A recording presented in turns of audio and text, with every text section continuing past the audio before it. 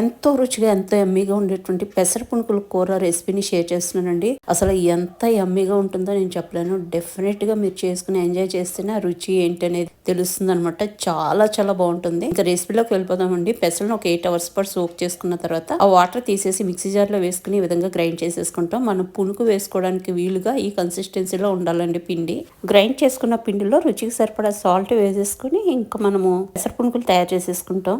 Oil పెట్టేసుకుని చిన్న చిన్న పెసర పునుకులు వేసేసుకుంటాం. మనం వేసేటప్పుడే పెద్ద సైజు వేసుకున్నాం అనుకోండి, కర్రీ అయ్యేటప్పటికి చాలా పెద్దగా అయిపోతాయి అనమాట. అలా ఉంటే బాగుండదు. కాబట్టి మనం వేసుకున్నప్పుడే చిన్నగా వేసుకుంటే సైజు మనకి కూర అంతా రెడీ అయ్యేసరికి ఆ కూరలో ఉన్న వాటర్ అది పీల్చుకుని అది సాఫ్ట్ అవుతుంది కదండి, అప్పుడు ఆ సైజు పెద్దగా ఉంటుంది, బాగుండదు. ఇప్పుడే మనం ఈ సైజులో వేసుకుంటే ఏంటంటే మన కర్రీ అయ్యేటప్పటికి పర్ఫెక్ట్ గా ఉంటుంది అనమాట. ఇంకా ఫస్ట్ వై అయిపోయింది, తీసేసాను. సెకండ్ వై కూడా వేసుకుంటున్నాను. లో ఫ్లేమ్ లో మనం చక్కగా ఫ్రై చేసుకుంటే లోపల వరకు చక్కగా వేగుతాయండి. ఇంకా ఇది